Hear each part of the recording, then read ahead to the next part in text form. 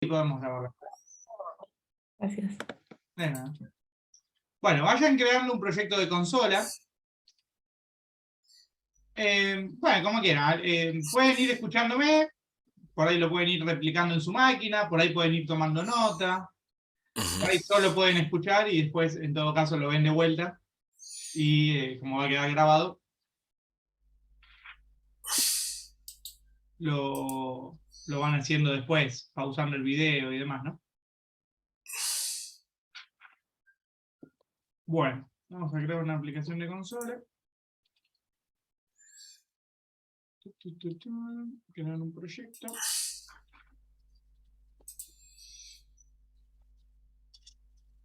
El visual igual a veces te vuelve loco. Yo el sábado estuve 4 horas luchando con el tema de reportes en Visual Studio 2019, porque yo, bueno, toda mi vida trabajé con Visual más, o sea, versiones más viejas.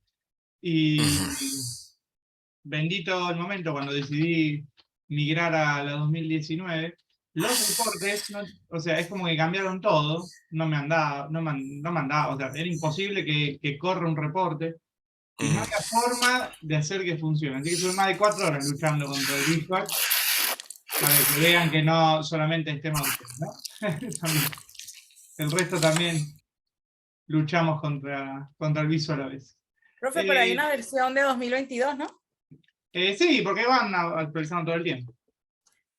Yo había instalado esa y la desinstalé y dije, voy a tener la que tiene el profe para evitar andar menos perdida. Igual es lo mismo, ¿no? O sea, cambian pocas cosas, cambia un poco la interfaz, pero muy poco, y cambian muy poquitas cosas, como esto te digo, que de los reportes, pero nosotros no vamos a ver reportes, ¿sabes? Que la verdad que lo complicaron un montón, no sé por qué lo hicieron de esta manera, pero bueno, debe tener alguna explicación de por qué lo hicieron así. Bueno, acá yo tengo abierto el PowerPoint, ¿no? En nuestro PowerPoint habíamos hecho todo un recorrido. Dame un segundo. Ahí. Habíamos hecho todo un recorrido que la idea es hacerlo de vuelta para ahora poder hacerlo en .NET, ¿no? Después les voy a mandar, este era un trabajo práctico, porque hasta el cuatrimestre pasado había 6 trabajos prácticos obligatorios por materia, era terrible. Y ahora no hay ninguno, así que zafaron ustedes que arrancaron este cuatrimestre. Pero bueno, este era uno de los 6 trabajos prácticos. Entonces la idea es que yo se los voy a dar ahora en un ratito. Y la idea es que lo hagan en .NET, ¿no? Ese va a ser el desafío para esta semana que va a entrar, ¿no? Bueno, vamos a entonces arrancar. Tenemos primero la declaración de variables, ¿no? Nosotros ya la vimos la semana pasada, si no me equivoco, pero bueno, vamos a volver a repasarlo. ¿Cómo declaro una variable? Bueno, primero, visibilidad de la variable. Por ejemplo, din. Din en visualbasic.net es privado, ¿no? Es una variable del tipo privado. Es casi prácticamente sinónimo a poner private. Entonces, din, por ejemplo, mi variable, recuerden que las variables se declaran exactamente igual que en el PCIN, con un nombre que tiene que ser único. Entonces yo no puedo declarar una variable con el mismo nombre debajo. Además, la variable no puede tener espacios. Puedo utilizar notación camello, que yo la uso bastante. O sea, mayúsculas que separan las palabras. Puedo utilizar guiones bajos. Bueno, hay varias maneras. Eso es más de comodidad del programador. Así es como yo suelo declarar mis variables. As es como en inglés, y entonces digo, bueno, a ver, la visibilidad de mi variable, el nombre de mi variable, ¿cómo? ¿Qué tipo de variable? Bueno, por ejemplo, un integer, ¿no?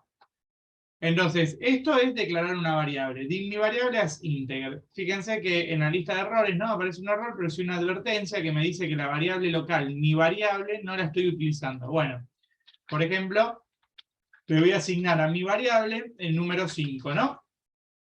Bien, ¿qué pasa? Esto es lo mismo que el PCIN y así es cualquier lenguaje de programación, ¿no? Lo que está a la derecha se lo asigno a lo que está a la izquierda del igual. O sea, me piso el contenido de lo que tenía mi variable, en este caso no tenía nada, con este contenido que está acá. También puedo inicializar la variable directamente cuando la declaro, ¿no? Entonces, por ejemplo, si yo quiero declarar una variable e inicializarla en el mismo renglón, puedo decir din mi número, así íntegres enteros, números enteros, as 5, por ejemplo, ¿no? O sea, en este caso lo que estoy haciendo es no solo declarando la variable, sino que inicializándola con un valor. ¿Se entiende la diferencia entre esto y esto? Sí. ¿Sí? Every people. Buenísimo, bueno, excelente. Seguimos entonces. Bueno, esto es lo mismo, ¿no? O sea, yo esto lo puedo... Es una, digamos, una línea de código que va para el Visual Basic sin ningún problema. O sea, puedo utilizar los operadores matemáticos, obviamente. Ya vimos las asignaciones. Todo lo mismo, los signos menores. Ahora después vamos a ver cómo meter un AND, OR o NOT. Y bueno, de esto no mucho más, ¿no? No me interesa tanto, me interesa acá. Esto no, acá, esto me interesa. Vamos con las estructuras, ¿no? Porque en realidad, bueno, además de lo que es asignarle un valor a una variable y declararla, lo que más me va a interesar en programación lógica es estructuras que me ayuden a hacer la lógica de programación. Entonces, vamos a hacer una estructura, ¿no? Vamos a ver, ¿qué podemos hacer? Vamos a ingresar un número y le vamos a pedir al programa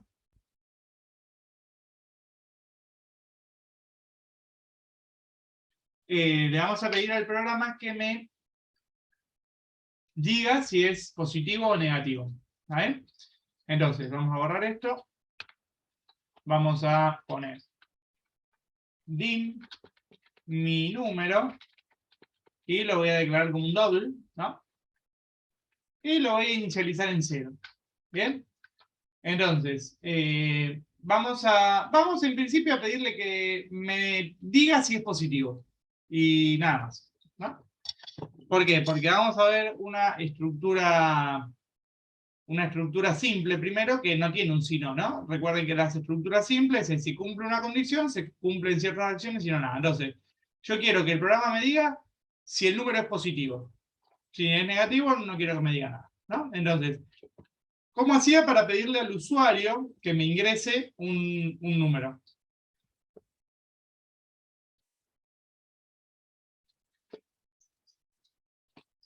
No estudiaron. Con input bots. No estamos en formularios todavía, estamos en consola. Console read line. Excelente, muy bueno tu inglés. Entonces le vamos a pedir acá al usuario, a la pantalla, consola es la pantalla, ¿no? Entonces le vamos a decir a la pantalla que me escriba, ingrese un número. Entonces el usuario ingresa un número y yo voy a decir, bueno, mi número está acá, va a ser igual a console.readline, ¿no? O sea que me lea lo que está escrito en la consola. Lo voy a ejecutar paso a paso, ¿no? Para ir viendo lo de la semana pasada, para ir repasando lo que vimos la semana pasada. Espera, ahí va. No puedo. ¿Cómo le voy a dar play acá? Le doy F5. Muy bien, le doy F5, porque me tapa lo del zoom, me tapa el botón de play. Bueno, acá vamos, ¿no? ¿Por qué no se ejecutó? Porque yo le puse un punto de interrupción, ¿no? Vamos de vuelta. No sé si ahí paró el programa. Ahí está, ingreso un número. Por ejemplo, le pongo 5.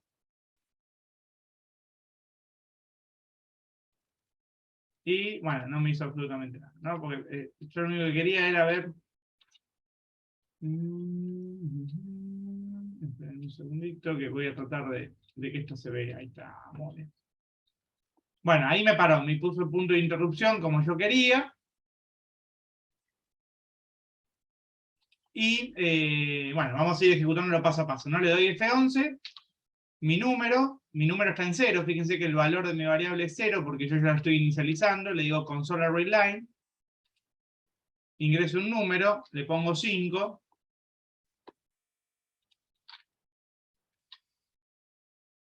le pongo 5, y bueno, y ahí termina, ¿no? El programa. Y bueno, obviamente que se lo asigno. Si yo quiero que el programa no termine,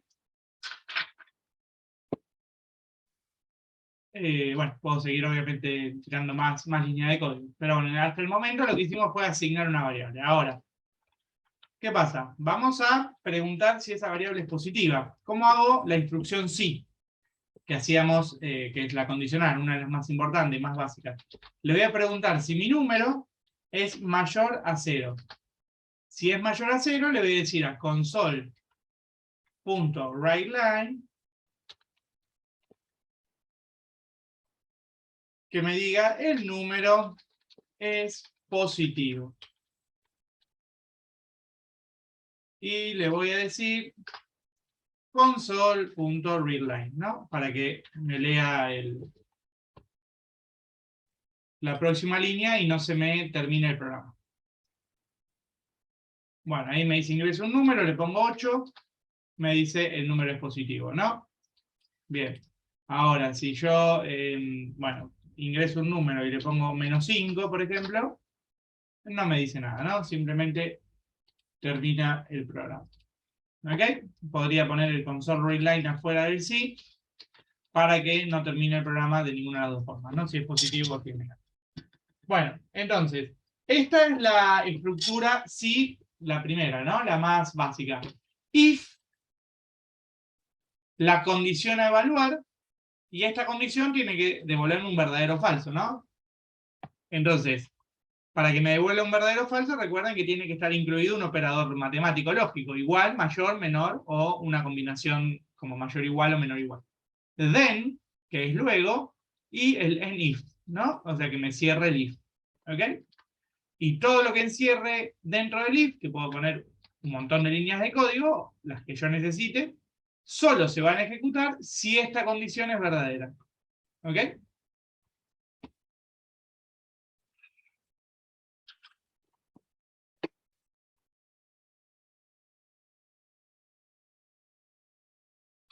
Bueno, díganme si entendieron, si van revisando el código. Profe, ¿sabes qué? Estoy viendo mi pantalla de lo que instalé.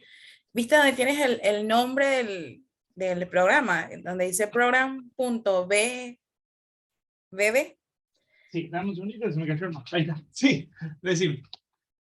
¿Dónde El tengo? mío, donde dice program bb, Sí, el mío dice program.cs.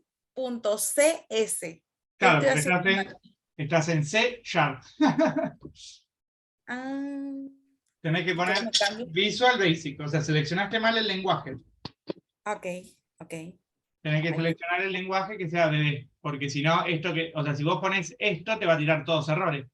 Porque este es lenguaje Visual Basic. No cambia demasiado, pero sí cambia, o sea, todo te va a tirar un error acá. Ok, gracias, profe. De nada. ¿Alguna preguntita más, niños? Bueno, si no hay preguntas, seguimos. ¿Qué teníamos después? La selectiva doble. ¿Cuál era la diferencia, chicos, entre selectiva simple y selectiva doble? Denme un poquito de amor y participación a la clase. A los chicos de la secundaria que participan en la clase les sumo puntos extras. Les tengo que sumar puntos extras para el parcial, para que participen. Bueno, si es así, podemos llegar a un acuerdo. Bueno, a ver, cuéntenme cuál es la diferencia entre selectiva simple y doble. Por lo menos en este caso, la simple te dice, bueno, si se cumple la condición, haz esto. Y Sí, hasta ahí. Y bien. la doble te dice, si se cumple la condición, hace esto. Si no se cumple la condición, hace esto otro. Exactamente, ¿no? O sea, lo que tiene la selectiva doble es eso, que me da un camino de instrucciones por el lado del falso. En este ejemplo que estamos viendo, yo digo, bueno, si es mayor a 0, que me escriba el número positivo, pero si esto no se cumple, o sea, no es mayor a 0, no me escribe nada, ¿no? Entonces, vamos a hacer que me escriba que el número es negativo, ¿no? Entonces, ¿cómo se hace eso? Con un else. Else es si no. Entonces, hago así, y ahora le digo, bueno, escribime que el número es negativo. Y listo, ¿ok? Entonces, esta es la estructura básica de un sí, si no. ¿Ok? ¿Vamos bien hasta acá? Sí. Bueno, buenísimo. Buenísimo que vamos bien. Seguimos avanzando entonces. Además de esto, yo tenía las estructuras múltiples. ¿Cuándo era una estructura múltiple? Bueno, este ejercicio en realidad tiene un problema, ¿no? Porque si yo le pongo 0, me va a decir que es negativo, y el 0 no es negativo, ¿no? Entonces, yo no tengo 2 caminos en realidad en este ejercicio, sino lo que yo tengo es 3 caminos, ¿no? Entonces, para programar 3 caminos, lo que yo puedo es anidar funciones sí, ¿no? Entonces, para anidar funciones sí, lo que hago es, dentro del camino del falso, digo, bueno, si mi número es mayor a 0, esto. Ahora, si no es mayor a 0, si no, abro otro sí, y le digo, bueno, si mi número es menor a 0, haceme tal cosa, ¿no? Entonces, ahí sí le digo que sea negativo. Ahora, le pongo un else, y le digo, bueno, a ver, si no es mayor a 0 y no es menor a 0, matemáticamente es 0, ¿no? Entonces le digo, el número es 0. ¿Ok? Y ahí sí, acá tengo una estructura condicional. Más, o sea, cuando tengo más de 2 caminos, puedo elegir esta estructura. Y acá no tengo problema, porque en caso de que hubiese un cuarto camino, bueno, dentro de este si no, en vez de cerrarlo, lo que hago es abrir otro sí.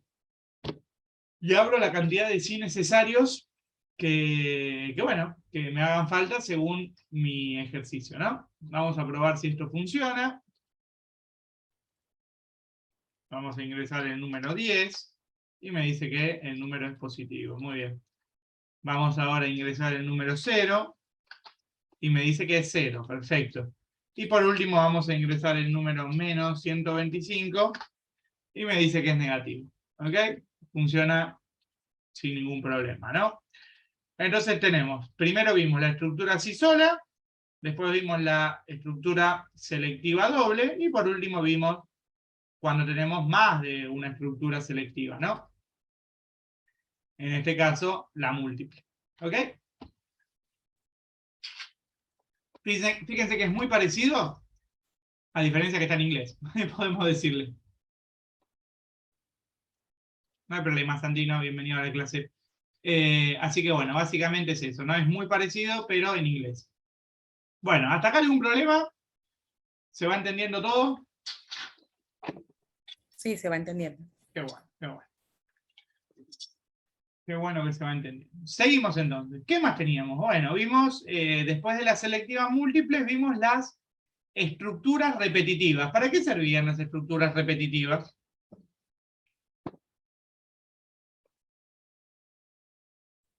¿Quién se acuerda?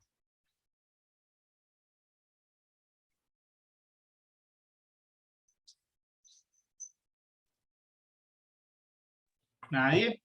Para ejecutar un código o una función una cantidad de veces, dependiendo de si sé cuántas veces las quiero o hasta que se cumpla alguna condición. Excelente. Muy bien. Entonces, las estructuras repetitivas me sirven para lo que dijo el compañero, me sirven para ejecutar una cierta cantidad de líneas de código más de una vez, ya sea porque tengo predefinido cuántas veces lo tengo que ejecutar, o porque, bueno, lo voy a ejecutar hasta que se cumpla cierta condición. ¿Ok? Entonces, dentro de esas, vimos, por ejemplo, el hacer para, ¿no? El hacer para, o sea, para de tanto hasta tanto, con paso 1 hacer. ¿Esta para qué me servía? Cuando sabemos la cantidad de veces. La cantidad de veces que tengo que iterar, ¿no? O sea, entrar acá, a esta línea de código, se le llama iteración en programación. Entonces, la cantidad de veces que yo tengo que iterar una cierta cantidad de líneas de código. Cuando lo sé de antemano, por ejemplo, yo sé que acá lo voy a tener que hacer de 1 hasta 5, bueno, utilizo el para. El para ¿cómo se llama esto? En .NET Visual Basic vamos a hacerlo de esta manera, con un for. Bueno, ¿cómo es un for? Es así. For, le decimos el nombre de una variable, ¿no? Se suele poner, por ejemplo, y latina, por ejemplo, no le puedo poner cualquier cosa. As integer, o sea, declaro esta variable y, ahí va, como integer, igual a 0, hasta 2 en inglés, por ejemplo, 3, y ahí se ejecuta 3 veces el código, ¿no? Y puedo utilizar como el acumulador la i. Bueno, por ejemplo, lo que puedo hacer es que me escriba la i, Entonces le digo, bueno, console.writeLine y escribime lo que tiene la i, para ir viéndolo a ver qué pasa, ¿no? Entonces vamos a probar. Le damos play. Bueno, primero me va a pedir lo del número, ¿no? Porque es lo que yo hice primero, pero por ejemplo le digo el número 5, me dice que es positivo y después entra en el bucle. ¿Qué me escribió? 0, 1, 2, 3. ¿Por qué me escribió 0, 1, 2, 3? Que serían estas 4 líneas que están acá.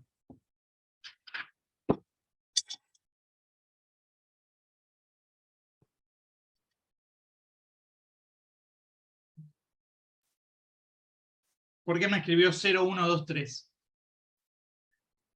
Y no me escribió otra cosa.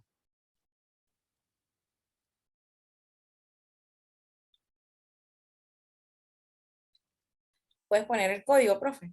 Sí, obvio. Por favor. Ahí vamos. Este es el código, ¿no?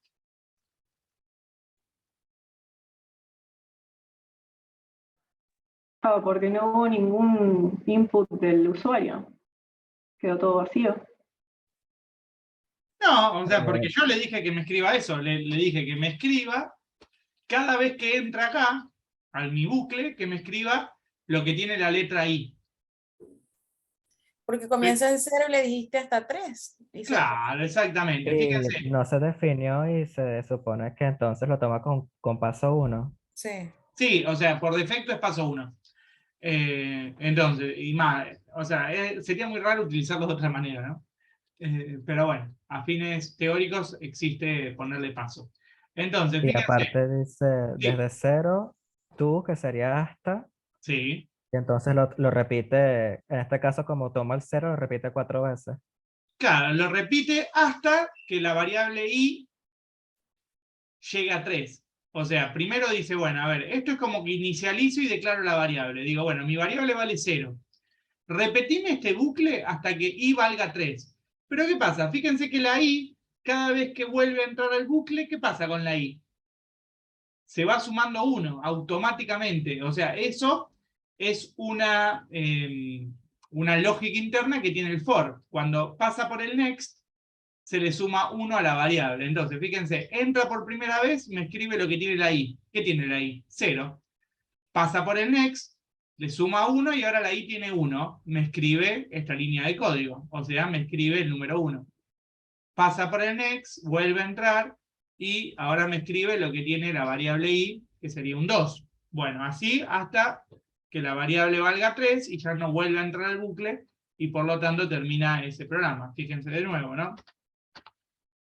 Me escribe 0, me escribe 1, me escribe 2, me escribe 3 y se terminó el bucle porque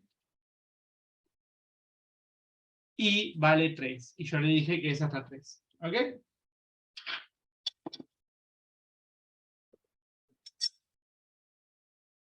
¿Me siguieron? Sí, profe, buenísima, buenísima nuevamente la explicación. Excelente. Y en este caso, para el Visual Basic, Sí, el para, o sea, el for, siempre va a terminar con next. Porque por lo sí, menos el if sí terminaba con end if. Exactamente. que es parecido a como se usaba en el PCInt, porque Ujú. sería FINC. En este caso siempre va a ser next. Next, exactamente. Así es la estructura del for. Y únicamente con el for, y esas son como palabras. Son palabras, o sea, son estructuras reservadas, digamos, del lenguaje. Y ya eso la única lógica es porque es así, porque el Visual Basic lo hicieron así Claro, exactamente. Porque nosotros estamos usando el framework de Visual Basic. ¿Qué es el framework? Todo lo que tiene detrás, programado. Alguien programó un framework que sería como nuestra caja de trabajo y nosotros usamos esa caja para hacer nuestro propio programa.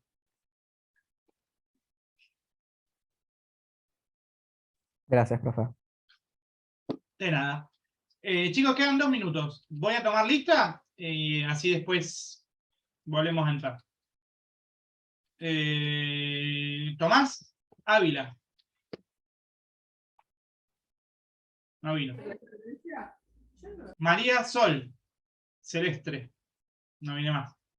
Luis estaba por ahí. ¿Quién más? Dorado Esteban. Sí, profe. Acá. Bien. Matías Flores.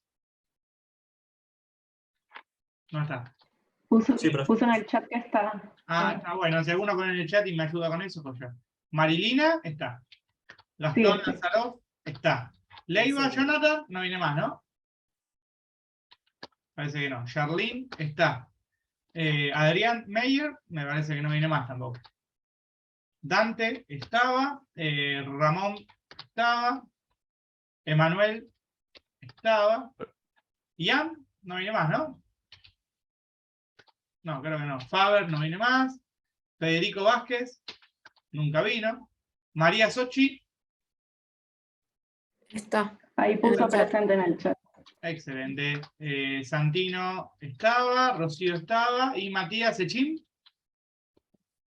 Está en el chat. Un lujo. Chicos, corto el Zoom y volvemos a entrar.